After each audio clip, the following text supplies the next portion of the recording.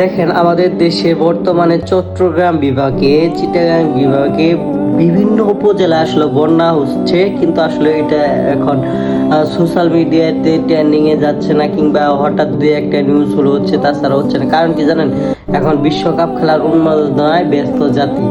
এখন কথা হচ্ছে যে আমরা 2024 সালে ভয়াবহ ফেনীর বন্যা, সিলেটের বন্যা কিন্তু দেখেছি। তখন কিন্তু আমরা আসলে নিজেদের একটি টাকা হলেও কিন্তু সে জায়গায় আমরা তাদেরকে সহায়তা করেছি বন্যায় ত্রাণ দেওয়ার জন্য। হ্যাঁ, এখন কথা হচ্ছে যে আমরা আসলে এদিকে আমাদের ফোকাসটা দেওয়া উচিত বেশি, যে বন্যায় যারা আক্রান্ত তাদের পাশে দাঁড়ানো উচিত। দেখেন ইতিমধ্যে কিন্তু আপাতত 60-70 জনের মতো লোক মারা গেছে, তার মধ্যে কিন্তু শিশু বাচ্চা, অর্থাৎ শিশুর সংখ্যায় বেশি।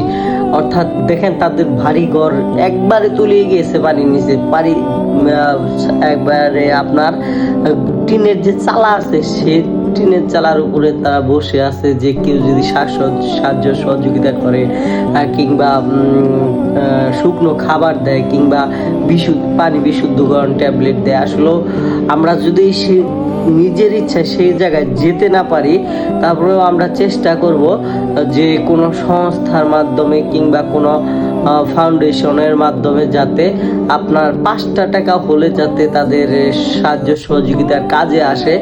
আসুন পাশে দাঁড়ায়, বন্যা কবলিত এলাকার মানুষদের পাশে দাঁড়ায়। তাদের আসলেও কি জানেন, আমাদের তো আল্লাহ তাআলা অনেক সুখে রাখছে। আমরা এখন পর্যন্ত আমরা বন্যা, ধরেন যে আপনাকে আমাকে ছুঁতে পারিনি, বন্যার পানি দেখিনি, কিন্তু তারা বাড়িঘর হারিয়ে নিঃস্ব হয়ে গেছে। কিন্তু আসলে তাদের পাশে আমাদেরকে দাঁড়াতে হবে।